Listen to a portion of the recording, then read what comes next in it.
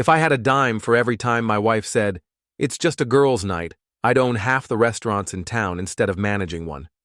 But here I was, dressed like a discount pirate at Richard's Halloween party, watching my wife Alicia work the room in a skin-tight Catwoman suit that left nothing to imagination. "Greg, you look like you raided a costume shop's clearance bin," she said, adjusting her cat ears while eyeing herself in Richard's hallway mirror. At 35, Alicia still turned heads everywhere she went. Personal trainer body, blonde hair that caught light like spun gold, and a smile that could sell ice to Eskimos. "Well, this pirate's treasure chest is pretty empty after paying for that costume," I shot back, gesturing at her outfit that probably cost more than my weekly grocery budget. The party was typical Richard Morrison fare, his suburban palace packed with neighbors, co-workers, and half the local gym crowd. Richard loved playing host, especially when it meant he could show off his renovated kitchen and imported beer collection. "Greg!" Karen from Murphy's Bar waved from across the room. She was dressed as a witch, complete with a pointed hat that somehow made her look more attractive than scary. Love the pirate look. Very authentic. Thanks. I was going for unemployed sailor who found a costume box. She laughed, and I noticed Alicia watching us from the corner of her eye while she chatted with her best friend Susie. Both women were dressed as Catwoman. Apparently they'd planned matching costumes, which seemed ridiculous for a Halloween party in October in Ohio, where the temperature barely cracked 40 degrees. "Isn't it cold for that outfit?" I'd asked Alicia earlier. "Beauty requires sacrifice," she'd replied, like she was quoting some fitness magazine gospel.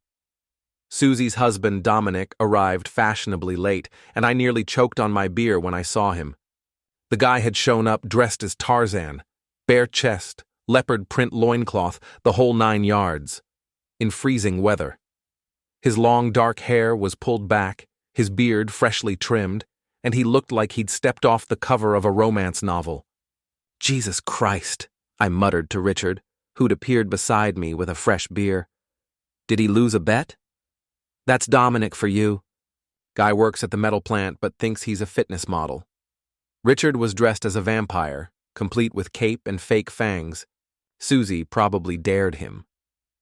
I watched as the two Catwomen immediately gravitated toward Tarzan, forming a little triangle of barely clothed Halloween enthusiasm. The sight made my stomach turn, but not because of the costumes. "Trading up season, ladies?" I heard one of the neighbors joke as she passed their group. Alicia laughed, that musical laugh that used to make my heart skip. A girl's gotta keep her options open. The comment hit me like a punch to the gut, but I forced a smile and took another swig of beer. Around us, the party hummed with typical suburban gossip: who was getting divorced, whose kids were causing trouble, which neighbors were having loud arguments at 2 in the morning. "Did you hear about the Hendersons?" Mrs.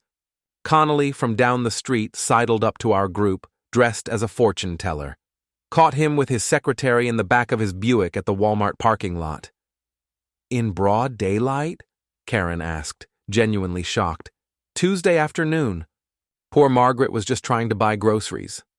I glanced over at Alicia, who was standing uncomfortably close to Dominic.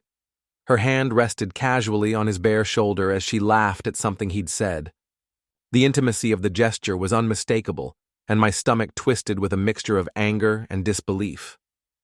Susie stood beside them, practically acting like a chaperone, her smile wide and knowing, as though she was thoroughly enjoying the spectacle unfolding before her.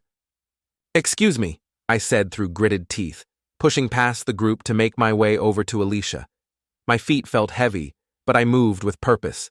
I couldn't stand there any longer, pretending like nothing was happening. "Having fun?" I asked, trying to keep my voice light, but the bitterness seeped through, evident in my tone.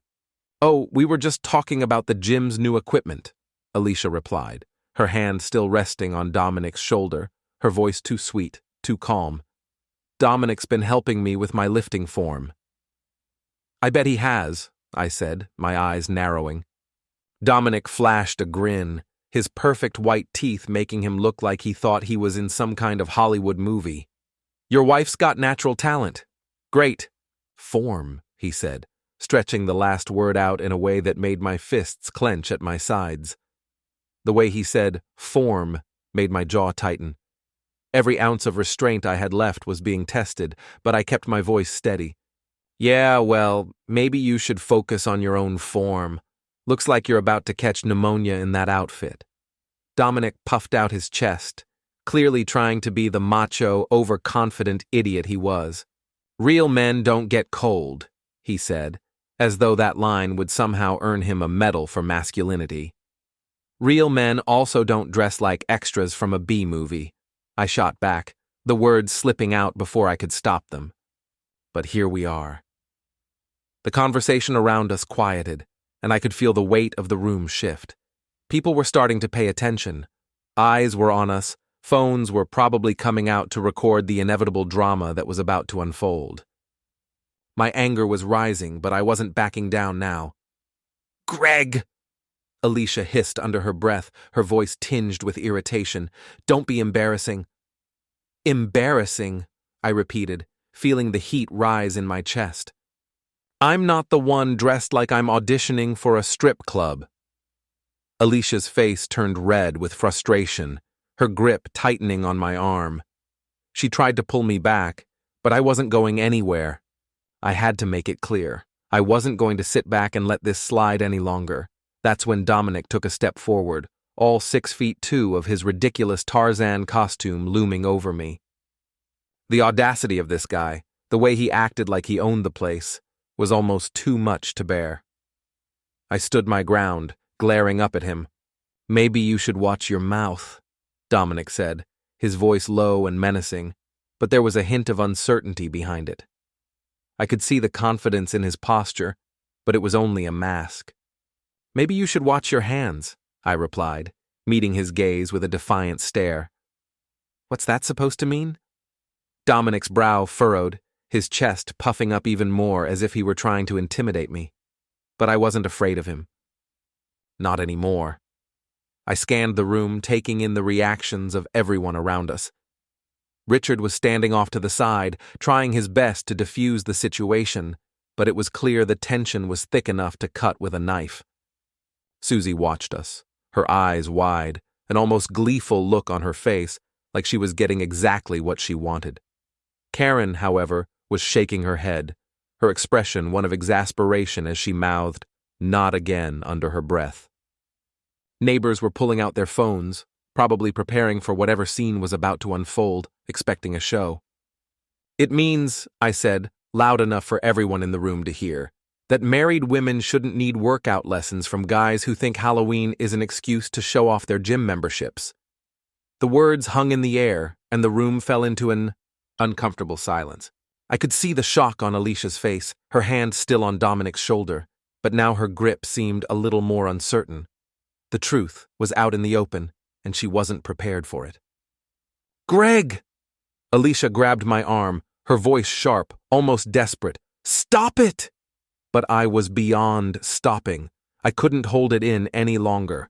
Months of watching my wife's wandering eyes, of hearing her make excuses about late nights at the gym, of feeling like a stranger in my own marriage, all of it boiled over. I turned toward her, my eyes burning with frustration. No, I said, my voice rising. You stop it, Alicia. Stop treating me like I'm invisible. Stop acting like you're single. Stop pretending this is about exercise. You've been lying to me, and you've been lying to yourself. Dominic chuckled, actually chuckled, as if my anger was some kind of joke to him. Sounds like someone's insecure, he sneered, his voice dripping with mockery. That was it. I snapped. In one fluid motion, I raised my hand and slapped him across the face. The sound of the slap echoed in the room, louder than anything I'd expected. Dominic staggered back, a look of complete shock on his face. The room went silent, and I could feel the weight of every single pair of eyes on me. The adrenaline rush was immediate, and I felt a sense of release, like a dam breaking, washing away all the pent-up anger I'd been holding inside for so long. Alicia gasped, her hands flying to her mouth in disbelief. Greg! She cried, but the words were hollow now. I didn't care anymore. The facade was shattered, and there was no turning back. This wasn't just about a fight anymore. This was about taking control, about standing up for myself and refusing to let them continue walking all over me. Dominic, stunned by the slap, rubbed his cheek, his face turning a shade of red that had nothing to do with his costume. He didn't know what to do. He had no response, and that was the point. I looked around the room, my chest heaving, and realized I'd finally made my stand. Everything that had been building up inside me for months had been released in that one moment. The truth had come out, and now everyone knew. I wasn't going to be pushed around anymore, not punched, slapped. Open palm across his smug, bearded face. The sound echoed through Richard's suddenly silent living room like a gunshot. For a second, nobody moved. Dominic stood there, hand pressed to his cheek, looking shocked. Then chaos erupted. "Oh my God!" Susie shrieked. "Greg, what the hell?" Alicia yelled. Richard pushed between us. Okay, everyone calm down." But Dominic wasn't calming down. He lunged forward, and I prepared for the fight of my life. Except instead of throwing a punch, he tripped over the coffee table and went sprawling across Richard's expensive Persian rug, his Tarzan costume riding up in ways that would have been hilarious if I wasn't so angry. The room exploded in nervous laughter and excited chatter. I could hear phones clicking, recording the whole mess. "That's enough!" Alicia stepped between us as Dominic scrambled to his feet, his face red with embarrassment and rage. "Greg, you're drunk, and you're being pathetic." Pathetic? The word hit me like a physical blow. Yes, pathetic.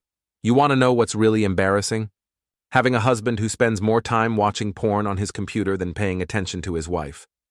Having a husband who's given up on everything. His job, his appearance, his marriage. You think I don't know about your little browser history? Your late-night research sessions? The room went silent. Every eye was on me, and I felt my face burning with humiliation.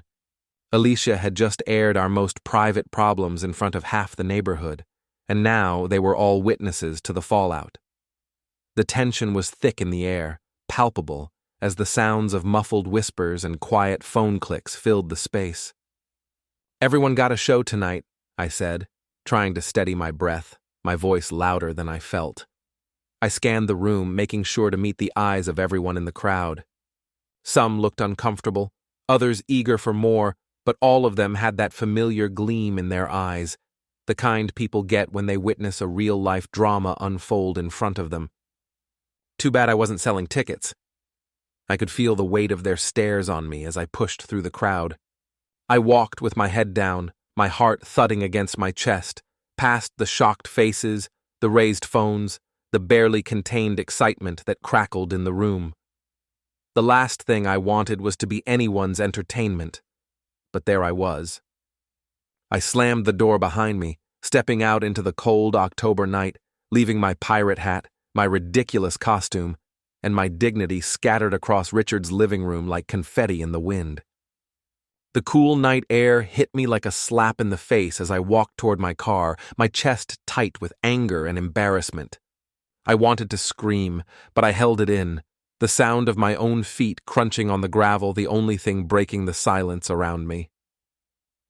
3 days later, I was living in my childhood bedroom at my mother's house. The room hadn't changed much over the years.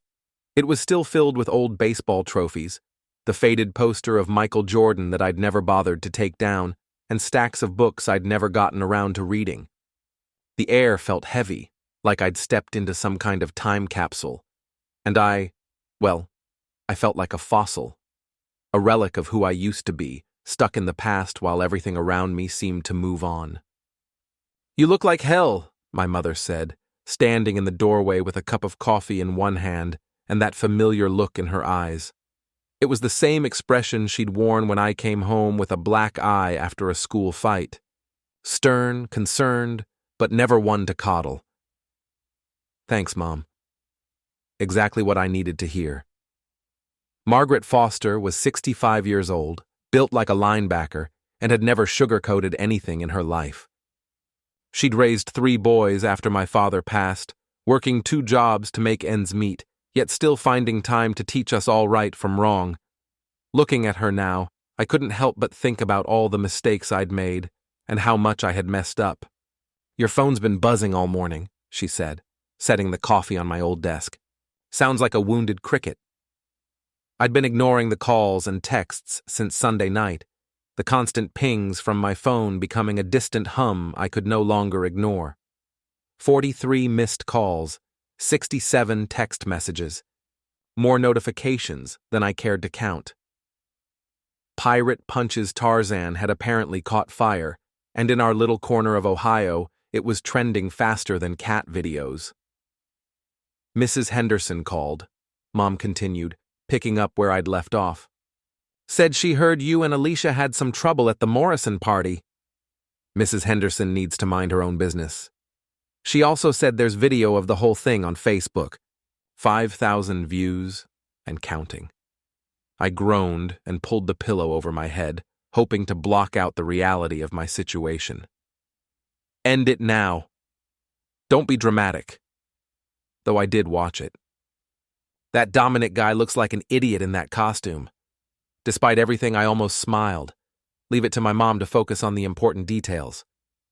My phone buzzed again. This time I actually looked at it. It was a text from Karen at Murphy's bar. "Heard you're staying at your mom's. Bar's open if you need a safe haven. First beer's on me." "I'm going out," I announced, rolling out of bed and pulling on some clothes.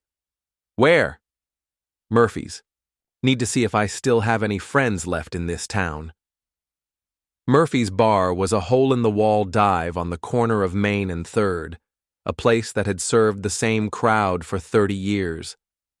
The neon Budweiser sign flickered like it was having a seizure, and the parking lot was mostly empty at 2 in the afternoon on a Wednesday.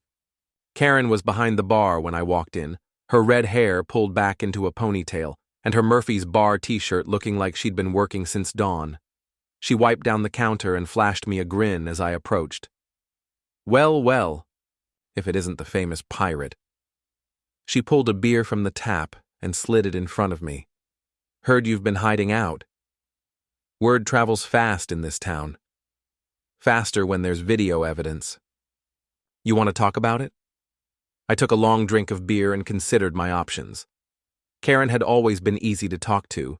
She'd worked at Murphy's for 5 years, heard every sob story and bar fight confession in town. She was also single, funny, and had the kind of smile that made you forget your problems for a while. "My wife thinks I'm pathetic," I said finally. "Your wife aired your dirty laundry in front of half the neighborhood. That makes her a bastard, not you pathetic." She's not wrong, though. I have been distant lately. Distant enough to justify her flirting with Tarzan in front of everyone? I looked up sharply. "You noticed that too?" "Greg, everyone noticed. The woman was practically climbing him like a tree. And that friend of hers, Susie? She was watching the whole thing like she was directing a movie. That was an interesting observation. I thought back to the party, trying to remember Susie's expression during the confrontation. She had seemed awfully calm for someone watching her best friend's marriage explode. "You think Susie knew something?" "I think Susie knows everything. That woman's got her fingers in every piece of gossip in town. Nothing happens at that gym without her knowing about it." The gym. Of course. Alicia spent 4 hours a day at Fitness First, supposedly training clients and working out. But now I wondered what else she was doing there. "I need another beer," I said. "You need a plan," Karen corrected, but she poured the beer anyway. My phone buzzed with a text from Richard. "Hey man, sorry about Sunday. Alicia's been asking if I've heard from you. Want to talk?" I showed Karen the message. "What do you think?" "I think Richard's a good guy who's caught in the middle, but I also think you should be careful who you trust right now." She was right. In a town this size, everyone was connected to everyone else. Richard was married to Nikki, who worked out at the same gym as Alicia.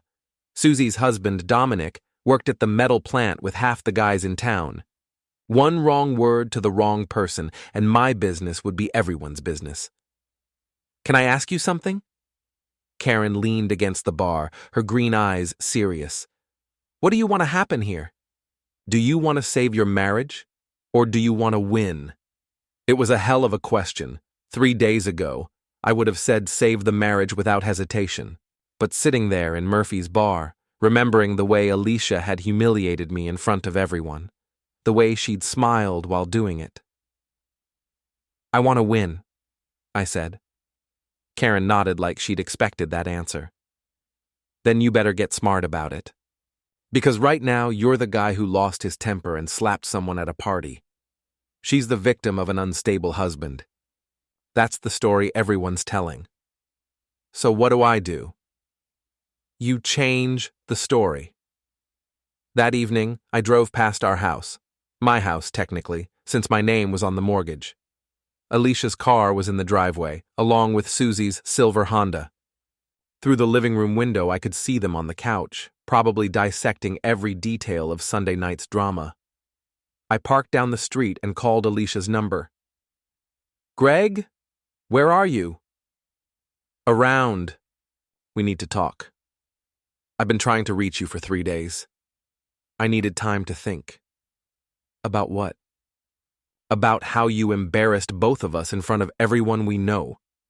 I could hear Susie's voice in the background, though I couldn't make out the words. I embarrassed us? You're the one who told everyone about my browser history. You're the one who hit Dominic. I slapped him. There's a difference. Not to the police, there isn't. That stopped me cold. What police? Dominic filed a report, Greg. Assault charges. I tried to talk him out of it, but he's angry and embarrassed and... I hung up and drove straight back to Murphy's bar. That was fast, Karen said when I walked in. She called the cops on me. Alicia called the cops? Dominic did. Assault charges. Karen poured me a whiskey without being asked. Okay, that changes things. You need a lawyer. I need a miracle. What you need is leverage. And I might know where to find some. She pulled out her phone and scrolled through her contacts. My cousin works at Fitness First. Does the evening cleaning shift? She sees everything that happens after hours. And she's been wondering if she should tell someone about the personal training sessions that happen in the back room. The ones that don't involve much actual training. I stared at her.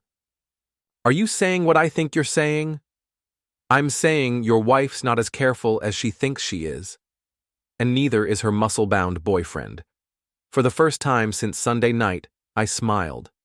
2 weeks later, I was living in a studio apartment above Murphy's bar, working part-time helping Karen with inventory and bookkeeping.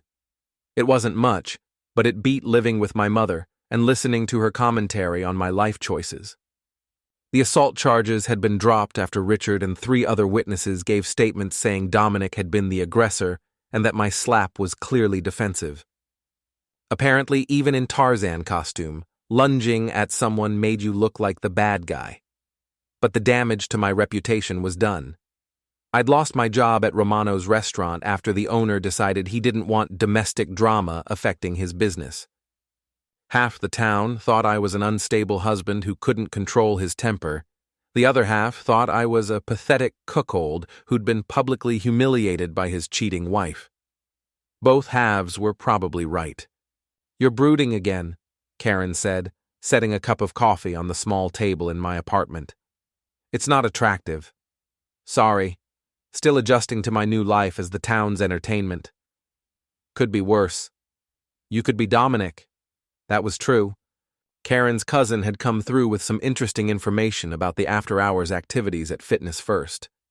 Apparently, Alicia and Dominic's personal training sessions had been going on for months, usually on Thursday evenings when the gym was officially closed. But more interesting was what else happened during those sessions. Susie was always there too, sometimes participating in the workouts, sometimes just watching. According to Karen's cousin, it looked less like an affair and more like some kind of elaborate game. I still don't understand Susie's role in all this, I said. Maybe she's just kinky. Some people get off on watching their friends cheat. Or maybe she's orchestrating the whole thing. Karen raised an eyebrow. That's a pretty serious accusation. Think about it. Susie's been Alicia's best friend since high school. She knows everything about our marriage, our problems, our finances. She's married to Dominic, so she controls his access to Alicia. And she was awfully calm during that whole party disaster. So what's her endgame? That was the million-dollar question. I'd been thinking about it for days, trying to understand what Susie could possibly gain from destroying my marriage. Unless... What if she wants Alicia's life? I said suddenly. What do you mean? Think about it. Susie's married to a factory worker who dresses like Tarzan and thinks protein powder is a food group. Alicia's married to a restaurant manager with a house in the suburbs and a steady income. What if Susie figured out a way to trade up? Karen stared at me. You think she's trying to break up both marriages so she can end up with you? No, I think she's trying to break up both marriages so she can end up with my house, my bank account, and whatever else she can grab in the chaos. It sounded crazy when... I said it out loud, but it also felt right. Susie had always been the planner, the organizer, the one who suggested girls' nights and gym memberships and matching Halloween costumes. She'd been pulling strings for months, maybe years. Okay, Karen said slowly. Let's say you're right. How do you prove it? I don't know yet. But I'm going to figure it out. That Thursday evening, I parked across the street from Fitness First and waited. The gym technically closed at 9, but Karen's cousin had told me that the after-hours sessions usually started around 9:30. I'd seen enough. I was ready to catch them in the act. By 9:15, Susie's Honda pulled into the parking lot, followed by Alicia's BMW. They sat in their cars for a few minutes, probably waiting for the coast to clear, making sure no one else was around. Then, as if the timing was right, Dominic's pickup truck arrived, and all three of them went inside together. The sight made my stomach tighten, but I forced myself to stay calm. This was the moment I'd been waiting for.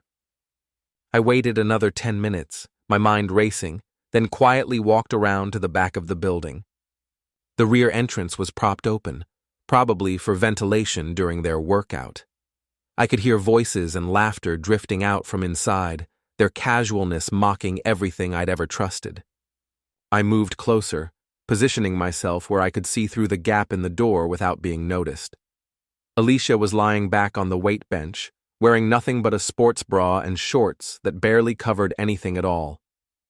Dominic was standing over her, his hands resting on her waist, his face inches from hers as if this was the most natural thing in the world. Susie, meanwhile, was sitting on a nearby machine, fully dressed, watching the whole thing unfold with a satisfied smile that made my skin crawl.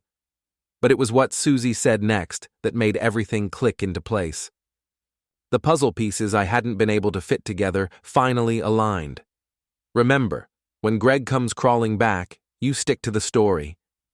He's unstable, violent, and can't be trusted around the house or the kids. The divorce lawyer said, if we can establish a pattern of erratic behavior, you'll get everything, Susie said, her voice calm and calculated. Alicia responded, her voice filled with doubt. What if he doesn't come crawling back? He will, Susie said confidently. Men like Greg always do. They can't handle being alone. And then what? Alicia asked. Then we move to phase 2, Susie said coldly. You file the restraining order, claim you're afraid for your safety. He gets kicked out of the house permanently, you get full custody, and I help you liquidate whatever assets you can before the divorce is final. My heart pounded in my chest as I realized just how far they had gone. It wasn't just an affair. They were actively plotting to destroy me financially, systematically tearing apart my life while pretending to be the victims. What about Dominic? Alicia asked, the question hanging in the air. Susie's smile turned ice cold. Dominic served his purpose. Once you're divorced and financially secure, you won't need a fitness trainer anymore. The audacity of it took my breath away. These people hadn't just betrayed me. They had been orchestrating my downfall, playing with my life like some kind of sick game. I pulled out my phone and started recording. This was better than I'd hoped for. Not only did I have evidence of their affair, but I also had proof that Susie was orchestrating a plan to defraud me in the divorce. This was no longer just a personal betrayal. It was criminal. "What about Greg's restaurant job?" Dominic asked, his voice filled with casual curiosity. "Already taken care of," Susie replied smoothly. "I had a friend call in a complaint about his behavior. Said he was drinking on the job and making customers uncomfortable. They fired him this morning." I could feel my hands shaking, but I kept the phone steady, capturing every word, every revelation. Susie had cost me my job. She had been systematically destroying my life piece by piece while pretending to be a concerned friend. This was no accident. This was a conspiracy, and I had the proof. "You're brilliant," Alicia said, leaning up to kiss Dominic, her tone dripping with gratitude. "I never would have thought of all this." "That's why you need me," Susie replied, her voice oozing with confidence. "I see the big picture." I had enough. I backed away from the building and walked to my car, my mind racing. I had them on tape, admitting to conspiracy, fraud, and probably a dozen other crimes. But I knew I needed to be smart about how I used this information. I couldn't just rush in with guns blazing. I had to play it carefully. Driving back to Murphy's bar, I replayed everything in my mind. The Halloween party, the public humiliation, losing my job, the months of suspicion, the betrayal. All of it had been orchestrated by Susie, with Alicia as her accomplice. They thought they had won, but they'd made one crucial mistake. They had underestimated me. "How did it go?" Karen asked when I walked into the bar, concern mixed with curiosity on her face. "Better than I hoped," I said, pulling out my phone and showing her the recording. She listened, her expression darkening with every revelation. "Jesus Christ, Greg. This is criminal conspiracy. You could have them arrested." "I could," I said, the thought tempting, "but that would be too easy." "What do you mean?" I smiled, and for the first time in weeks, it felt genuine. "I mean, they want to play games? Let's play games. But we're going to play by my rules now." "What are you thinking?" "I'm thinking it's time to give this town a real show, something they'll never forget." Karen grinned. "I like the sound of that. What do you need me to do?" "First, I need you to call your cousin. Tell her to keep an eye on those Thursday night sessions and let us know if anything changes." "Done. What else?" "I've got a few more pieces to move into place." "Just be ready." "Then I need you to help me plan the most epic revenge this little town has ever seen." The beauty of living in a small town is that everyone knows everyone else's business. The downside is that everyone knows everyone else's business. But sometimes, if you're smart about it, you can turn that weakness into a weapon. I spent the next week planning carefully. Karen helped me set up social media accounts I'd never bothered with before. Instagram, TikTok, even a Facebook page dedicated to exposing the truth about cheating spouses. I called it The Pirate's Revenge, and it went viral in our town faster than news of a Walmart sale. My first post was simple.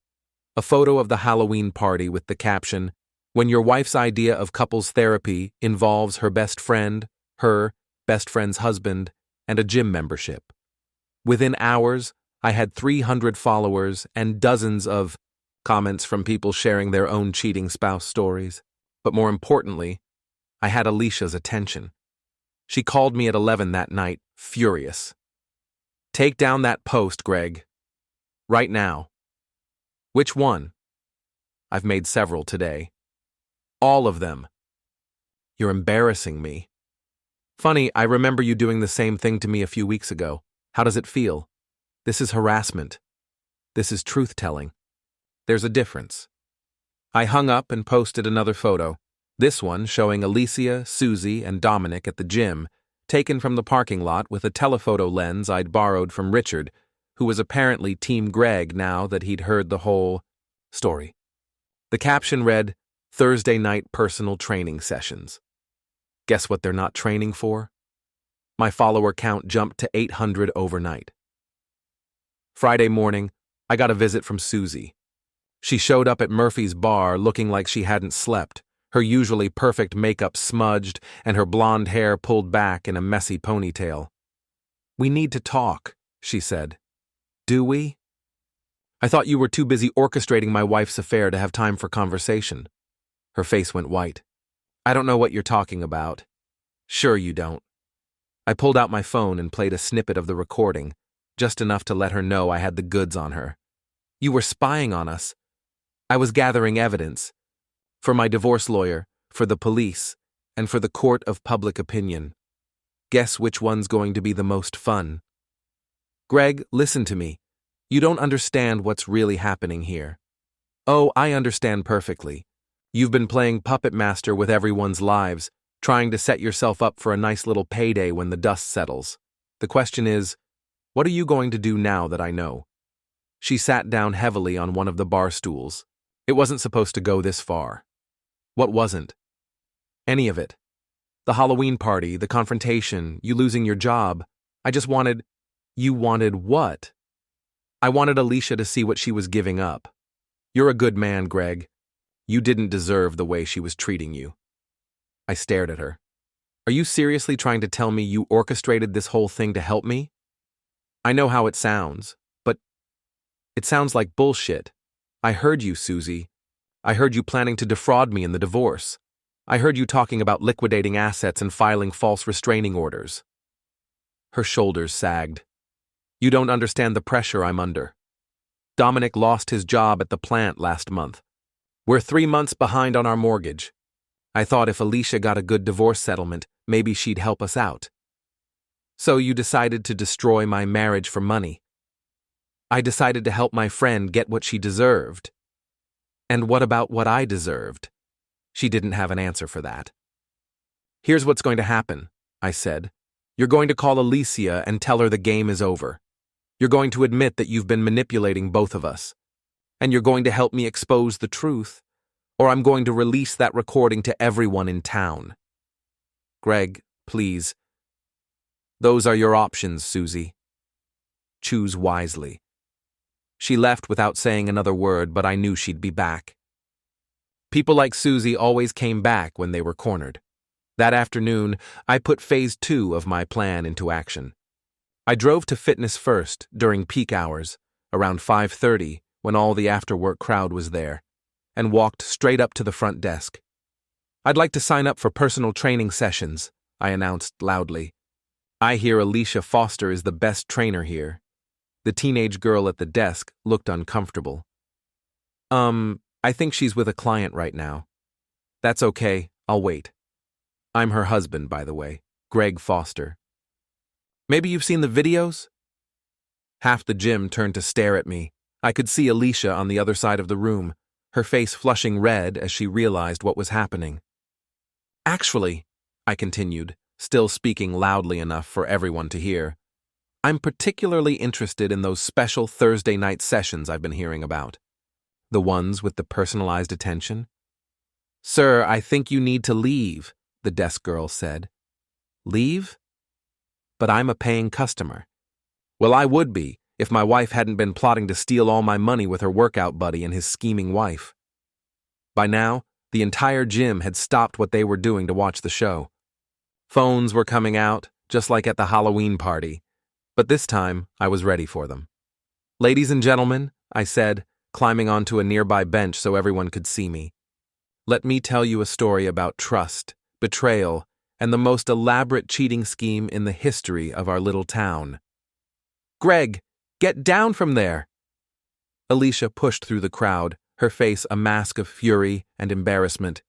Oh good, here's one of our main characters now. Alicia Foster, personal trainer by day, homewrecker by night. You're insane. Am I? Let's ask the audience. I pulled out my phone and played the recording of Susie's voice. Remember, when Greg comes crawling back, you stick to the story. He's unstable, he's violent, he can't be trusted around the house or the kids. The gym went silent. You could hear the air conditioning humming, and someone's water bottle hitting the floor. That's Susie Martinez, everyone. Alicia's best friend, and the mastermind behind this whole operation. She's been orchestrating my wife's affair to help them both commit divorce fraud. That's not true, Alicia shouted, but her voice cracked. Really? Then explain this. I played another clip. I had a friend call in a complaint about his behavior. Said he was drinking on the job and making customers uncomfortable. They fired him this morning. Gasps and murmurs rippled through the crowd. I could see people whispering to each other, connecting the dots. Susie Martinez cost me my job based on lies, so her best friend could have leverage in our divorce. And where is Susie now? Probably at home, counting the money she thought she was going to make from this scheme. Security! Alicia yelled. Someone call security! No need, I said, climbing down from the bench. I'm leaving. But first, let me give everyone some free advice. If your spouse starts spending a lot of time at the gym and their best friend suddenly becomes very interested in your marriage, you might want to check those Thursday night training sessions. I walked toward the exit, then turned back one more time. Oh, and Alicia, you might want to find a new training partner. I hear Dominic's going to be pretty busy looking for a new job once his boss finds out he's been using company time to plan adultery. I left the gym to a chorus of shocked voices and ringing phones. By the time I got back to Murphy's bar, the story was already spreading across social media like wildfire. Holy shit, Greg, Karen said, showing me her phone. You're trending again, but this time, you're the hero. I looked at the screen. Pirates Revenge was the top hashtag in our area, and the comments were overwhelmingly supportive. This guy is a legend. His wife and her friend are sociopaths. Someone needs to investigate that Susie woman. Best revenge story ever. My phone started ringing. Richard, my mother, my cousin Tom, the lawyer, even my old boss from Romano's restaurant. Looks like the tide is turning, I said. This is just the beginning, Karen replied. What's next? I smiled and cracked open a beer. Next, we give them the finale they'll never forget. Saturday morning brought unexpected visitors. I was having coffee in my apartment when I heard shouting from the street below. Looking out the window, I saw Dominic's pickup truck parked outside Murphy's bar, with Dominic himself pounding on the front door. Foster, get your ass down here. I opened the window. We're closed, Tarzan. Come back during business hours. Don't be a smartass. You ruined my life. I ruined your life. You're the one who decided to help steal my wife and my money. That recording was illegal. You can't use it. Actually, I can. Ohio's a one-party consent state. Look it up. By now, neighbors were coming out of their houses to watch the show. Mrs. Connolly from across the street was recording everything on her phone, probably planning to be the first one to post it online. Come down here and face me like a man, Dominic yelled. Okay, I said, but you might want to put on more clothes this time. It's cold out there. I got dressed and walked downstairs, where Karen was already unlocking the front door. You sure about this? She asked. He's the one who wanted a confrontation. Let's give him one. I stepped outside to find Dominic pacing back and forth like a caged animal. He was wearing jeans and a tank top that showed off his gym muscles, but he looked haggard and desperate. You destroyed everything, he said when he saw me. I exposed the truth. There's a difference. My boss fired me. My wife won't speak to me. The whole town thinks I'm some kind of criminal. Well, you did conspire to commit fraud. That's actually a felony. I didn't conspire to do anything. I was just sleeping with your wife. The crowd of neighbors gasped and started whispering. I couldn't have scripted a better confession. Just sleeping with her? That's your defense? I'm not the one who came up with all those plans. That was Susie's idea. So you're saying Susie Martinez orchestrated the whole thing? Yes. She set everything up. She told Alicia what to do, when to do it, how to make you look bad in the divorce. I pulled out my phone and started recording. Can you repeat that for the camera? That's when he realized what he'd done. His face went pale, and he looked around at all the neighbors watching us. "You tricked me," he said. "You tricked yourself," I said, looking at him with a sense of cold satisfaction. "I just gave you enough rope." Dominic's face tightened, and for a brief moment, I thought he might try to fight back.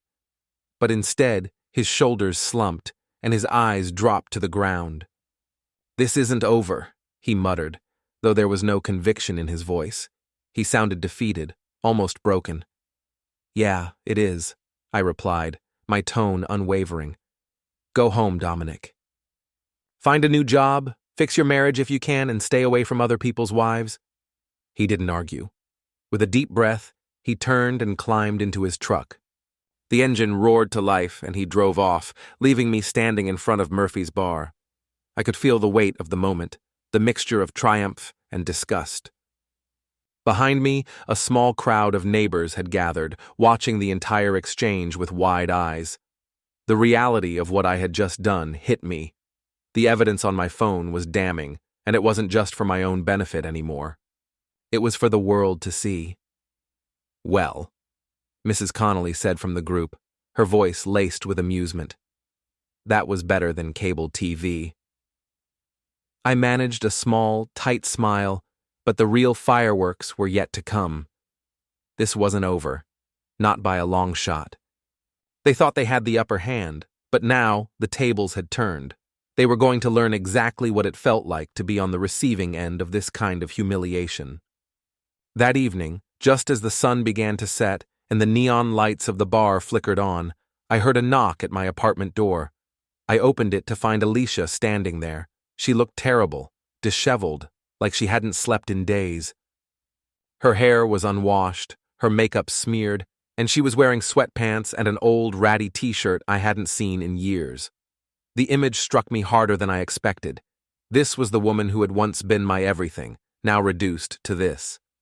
"We need to talk," she said, her voice low, almost pleading. "Do we?" I asked, trying to keep my tone neutral, but the bitterness crept in. "I thought you were too busy with your personal trainer." Alicia flinched, and I could see the guilt flash across her face. She opened her mouth to say something, but paused. Instead, she simply nodded and stepped past me into the apartment. Against my better judgment, I let her in. She sat down on the small couch, glancing around at my new living situation. The place was small, bare, but it was mine now, and it had cost me everything. "This is really where you're living now?" she asked, her voice tinged with disbelief. Her eyes scanned the cramped space, taking in the old furniture, the mismatched decor. "This is where you forced me to live," I replied, my voice hardening. "When you decided to cheat on me and steal my money." Alicia winced, but didn't respond. She sat there in silence, staring at her hands. The weight of what she had done, what she had stolen, was too much for her to face. "I never meant for things to go this far," she said quietly, her voice barely a whisper. I stared at her, disbelief washing over me. "What did you mean, Alicia? What was the end game here? You couldn't have been so naive to think I wouldn't find out." Her eyes were downcast, and for a moment, I wondered if she would break down. But instead, she met my gaze, her voice steady, almost resigned. "Susie said you were going to leave me anyway. She said all men like you eventually get bored and find someone younger. She said I needed to protect myself." The words hit me like a punch to the gut. "So you decided to cheat on me first?" I asked, incredulous. "Is that how you thought this would work? You'd get ahead of me, so I couldn't hurt you?" Alicia looked away, her eyes growing distant.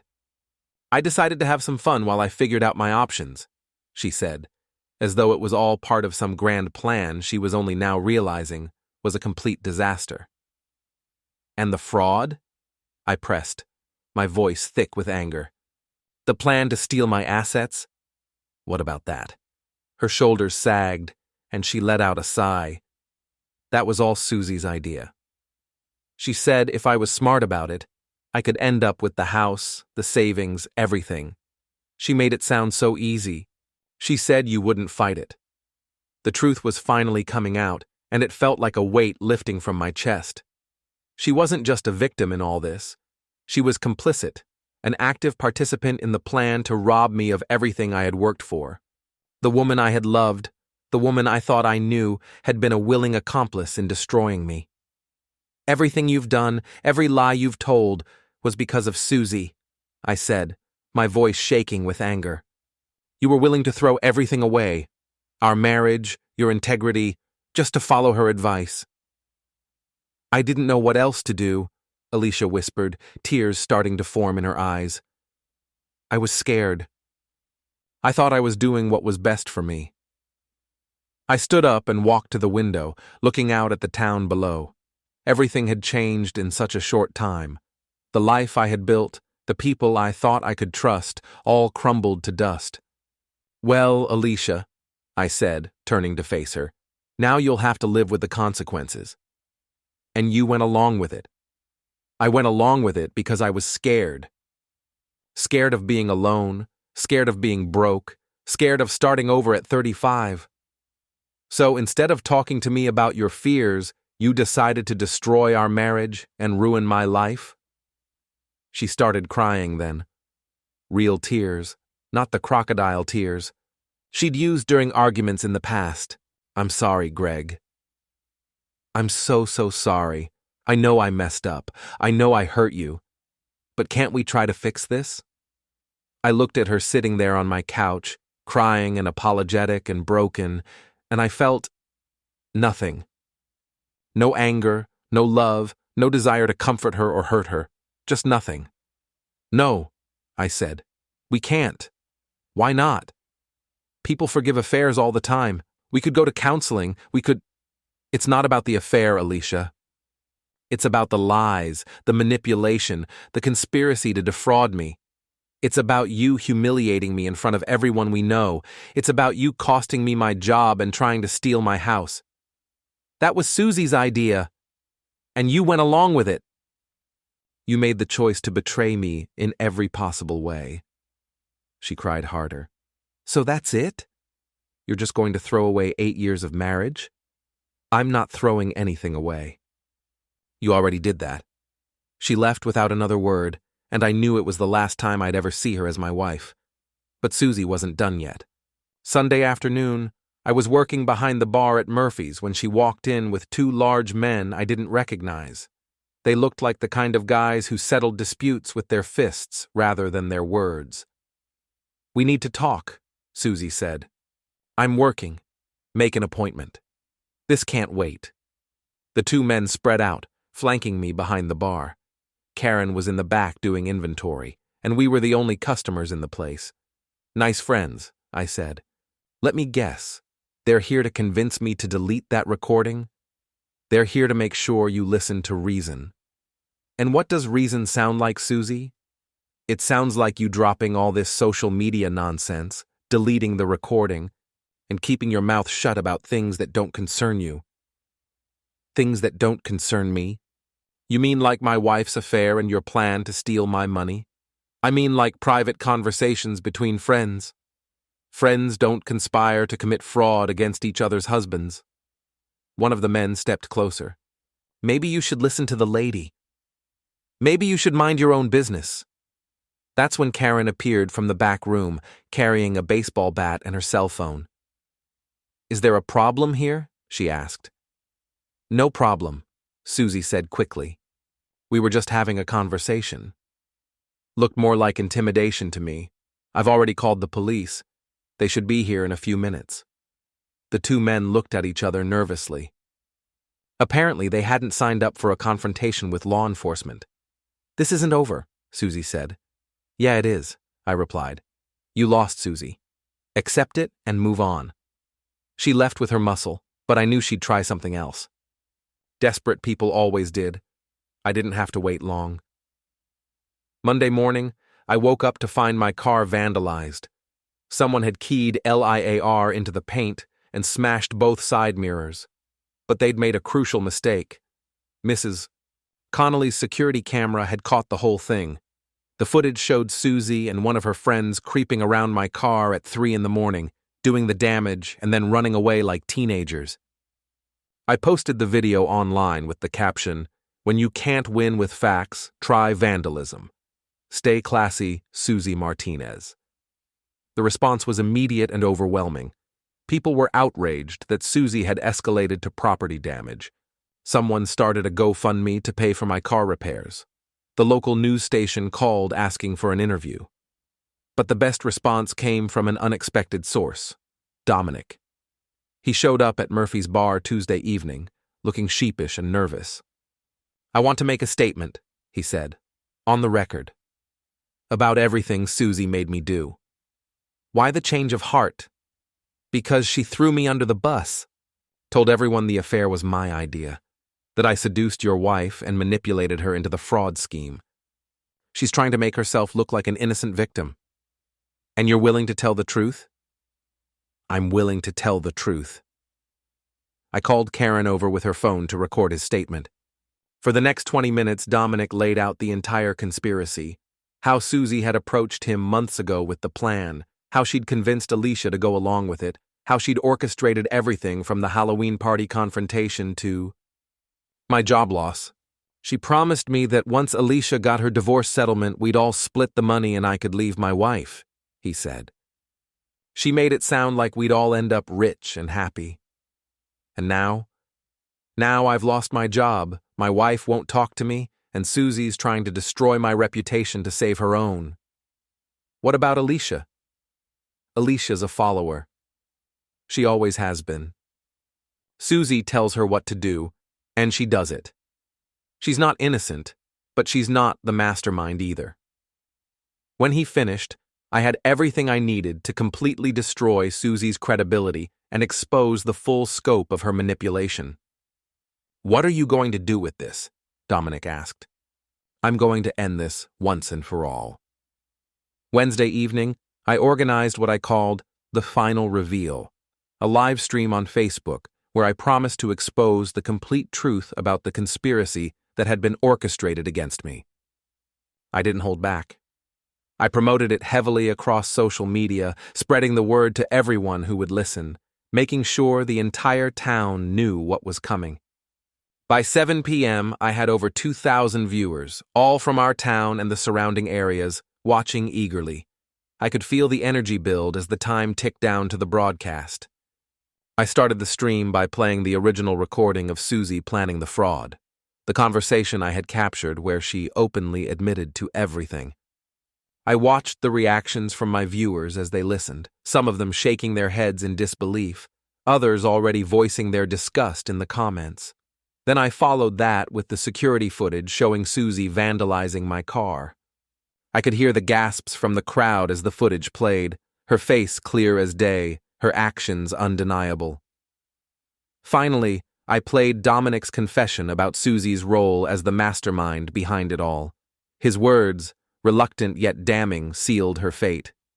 The response was immediate and overwhelming. The comments section exploded with outrage. "This woman is a sociopath. Someone needs to investigate her for fraud. How many other marriages has she destroyed? She should be in jail." It was like a tidal wave of fury.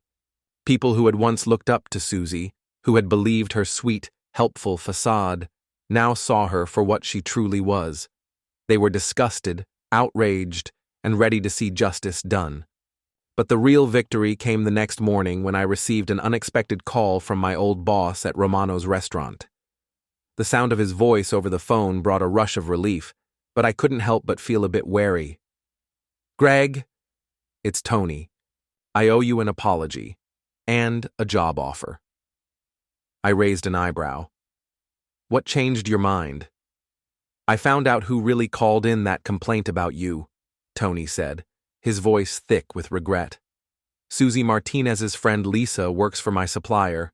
She admitted that Susie paid her to make the call." A surge of triumph coursed through me, but I kept my voice steady. "So you're offering me my job back?" Tony's tone shifted, more genuine now. "No, Greg. I'm offering you a promotion. assistant manager with a raise, and I want you to help me figure out what other lies that woman has been spreading about my business. It's time someone stood up to her. I felt a wave of satisfaction sweep over me. It wasn't just about getting my job back, it was about something much bigger. It was about taking down the person who had orchestrated so much of my pain, the one who had worked behind the scenes to destroy my life, my reputation, and my happiness. The thrill of knowing I had exposed Susie for what she truly was, manipulative, deceitful, and heartless, was the kind of victory I hadn't even realized I needed. It wasn't just a small win, it was the kind of justice I had longed for, the one that had eluded me for months. I accepted Tony's offer without hesitation, knowing that this job, this new opportunity, was not just about regaining stability. It was about reclaiming control. I'd been knocked down, but I was standing back up, stronger than before. This was a small victory in a much larger war I was waging, and I wasn't going to stop until every last one of them paid for what they did to me. But there was still one more move to make. Friday afternoon, I drove to Susie's house. This was it. I had to face her. It was the final step, the last piece of the puzzle. It wasn't just about confronting her anymore. It was about making sure she understood exactly how much control I had now. I knocked on her door, and when she answered, I almost didn't recognize her. She looked exhausted, defeated, completely worn out. The past few days had clearly taken their toll. Her hair was tangled and unwashed, her eyes swollen from lack of sleep, and her once pristine appearance was now a mess. The woman who had once been so confident, so composed, now stood before me, a shell of herself. She had finally realized that her carefully built empire of lies was collapsing, and there was no one left to shield her. "What do you want?" she asked, her voice flat, tired, and without the usual venom. "I want to give you a choice," I said, keeping my tone calm but firm. "You can leave town quietly, start over somewhere else, and we'll call it even. Or you can stay here and face the consequences of everything you've done." She stared at me for a long time, the weight of her situation sinking in. I could see her thinking, calculating her options, but she knew better now. She had no leverage, no power left. It was all out in the open, and there was nowhere for her to hide. I had control now, and she couldn't deny it. "You can't make me leave," Susie said, but her words were weak, desperate. It was a last-ditch attempt at defiance, but I saw through it immediately. She knew as well as I did that she had no choice. I took a step closer, my voice unwavering. "I don't need to make you leave. The town already has your number. The truth is out, Susie. You're the one who has to decide how this ends, on your terms or mine."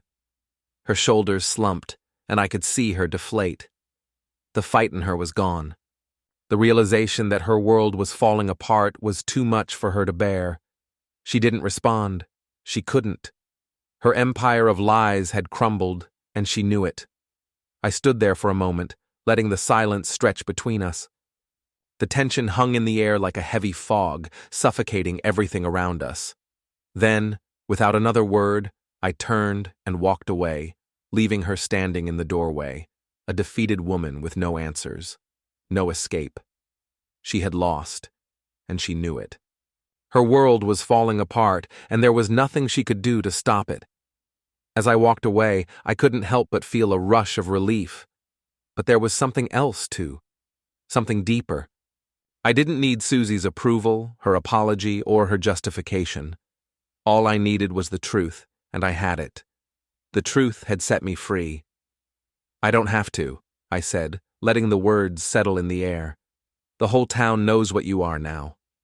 Your reputation is destroyed, your friends have abandoned you, and there are at least 3 different people talking to lawyers about suing you for fraud and conspiracy." I watched her closely, seeing the flicker of panic in her eyes. She stared at me, silently weighing her options. She knew I wasn't bluffing. "If I leave," Susie asked, her voice barely above a whisper, "you'll stop posting about me online? If you leave and never come back, I'll let the past stay in the past, I replied, my voice steady, but with a hint of finality. And Alicia? She asked, her eyes flicking nervously to the side. Alicia made her own choices. She'll have to live with the consequences of those, I said, my words like a dagger. Alicia was no longer my concern. She had chosen her path, and now she had to walk it alone. 2 weeks later, Susie Martinez was gone. Her house went up for sale, and neighbors reported seeing a moving truck in the middle of the night. She left with no forwarding address, and all her social media accounts vanished without a trace. Just like that, she was out of my life, a shadow of the person she used to be, a distant memory of betrayal and manipulation. Dominic and his wife, however, were still trying to figure things out, though rumors swirled that it wasn't going well.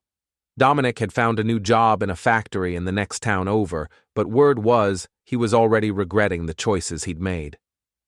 It seemed like his own personal consequences were just beginning. Alicia had moved back in with her parents, her life in turmoil. She'd started working at a different gym across town, but I wasn't interested in what she was doing anymore. She tried calling me a few times, but I never answered. The divorce was progressing smoothly, and with the evidence I had, her lawyer advised her to accept whatever settlement I offered.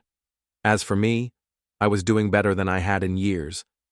The assistant manager job came with enough money to rent a real apartment, a place of my own, far from the mess I'd been living in. Karen and I had started dating, and it turned out we had a lot more in common than just a love of good beer and small-town gossip. We spent our evenings laughing, talking, and building something better together. The whole experience had taught me something important about revenge. The best kind isn't about destroying your enemies. It's about exposing the truth and letting the consequences fall where they may. The truth had its own power, and in the end, it had set me free. Standing behind the bar at Murphy's on a busy Friday night, watching Karen laugh at something a customer had said, I realized that sometimes losing everything is the first step toward finding what you really want. I had been stripped of everything, but in doing so, I had rediscovered myself. Alicia had thought she was trading up when she chose Dominic over me. Susie had thought she was playing chess while everyone else was playing checkers. But in the end, they'd both underestimated the power of simple honesty. The truth had set me free, and it had buried them both. As I watched Karen work the crowd with her easy smile and quick wit, I couldn't help but think that maybe this was how all the best revenge stories ended. Not with the hero getting even, but with the hero getting better. And that, in the end, was the victory worth savoring.